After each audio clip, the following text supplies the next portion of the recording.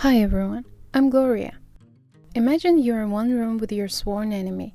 You can't leave or do anything, even though it's tempting, okay? I really found myself in this situation, but before, let me tell you how it all started. One day, a new girl came to our class, Bianca. We quickly became friends because she was fun and outgoing.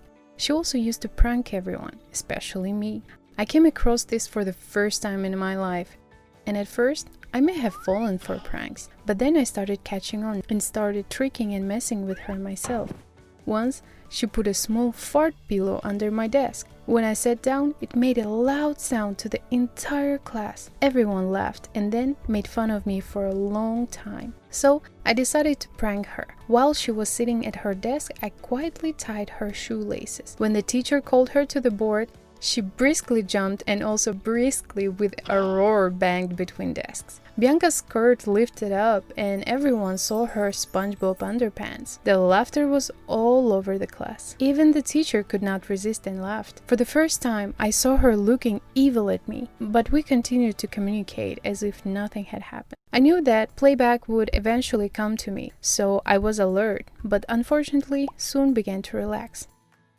Bianca struck back. Of course, I didn't expect this. While I was approaching the teacher during computer science class, she quietly opened the site bigblackguys.com, turned on the volume at full power and sent the power to sleep mode. When I sat down and thought that the screen had simply gone out, I pressed the enter key. When I entered, the guys appeared on the screen and loud sounds from the speakers, spanking and other weird noises. I tried to close the browser but in a panic couldn't do it from the first attempt, and some classmates already shot me on the smartphone. The teacher was angry and sent me to the principal. After a long and unpleasant conversation, they let me go.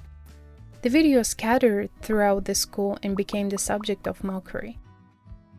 I decided to return it even harsher. I waited quite a while for her to let her guard down. Valentine's Day was coming. Bianca really liked one guy, but she was afraid to admit her feelings. I asked that guy for the car keys on Valentine's Day and left a prepared surprise for Bianca in the car.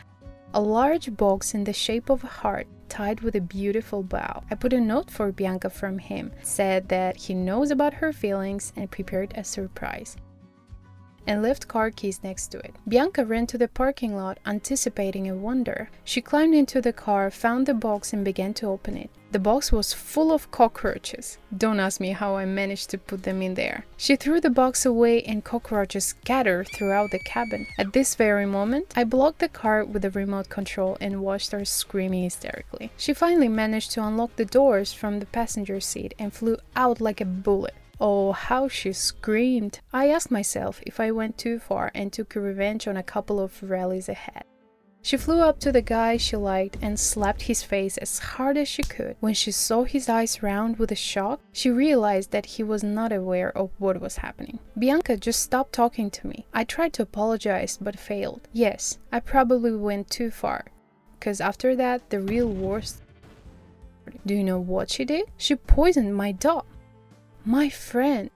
One day he just felt really bad and died. Bianca didn't admit it, but I know it was her. How could she be so mean and vindictive? I loved her, even though she nibbled the furniture. I was blinded by the desire of revenge. I was just thinking of ways to get back on her. Because of this, I didn't see what was happening in my own family.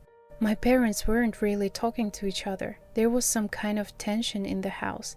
And then one day, I was invited for the conversation.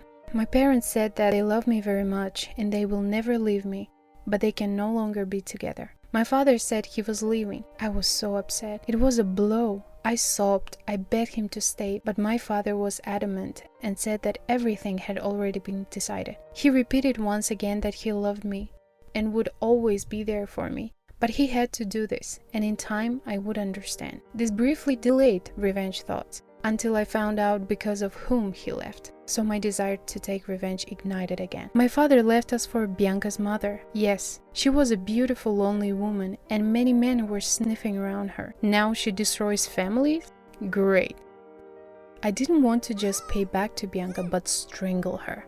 I had the most awful thoughts. My life was crumbling while Bianca was getting better. She started dating that guy and he was ignoring me.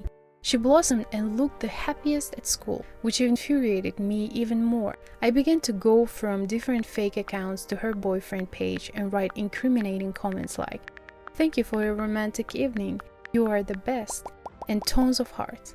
I was spreading rumors that Bianca's boyfriend has a relationship with 9 girls on the side. Everything was wasted. It had no effect on them and their relationship. At some point, we came across each other in the hall. I could not stand it anymore and attacked Bianca with fists. I told her everything, but we were separated and taken to the principal's office. I was threatened that I might not go to college if I had a bad profile. We were forced to stay after school and sit together in the same class and do our homework. Going to college was an important stage in my life, more important than revenge. I decided to apologize and end this war. Gradually, we started talking. Bianca told me that she heard from a conversation between my dad and her mom. It turns out Bianca's mom was my dad's first big love, and they even wanted to get married. But my mother stole my dad away from Bianca's mom just by getting pregnant with me. My dad, as an honest man, got married. He didn't know that Bianca's mother was already pregnant too. Bianca's mother decided to keep the secret to not make the situation complicated. And then, somehow my dad found out everything. He decided that he had devoted himself enough to one family and paid the debt, and that another one should be given credit. Now, I have a real sister. It's incredible how everything can spin in life. The main thing that I've learned from the whole story is don't get hung up on the negative and the revenge, because there is still life ahead and at any moment everything can change. Thank you for listening. Good luck to everyone. Subscribe to the channel and press the bell.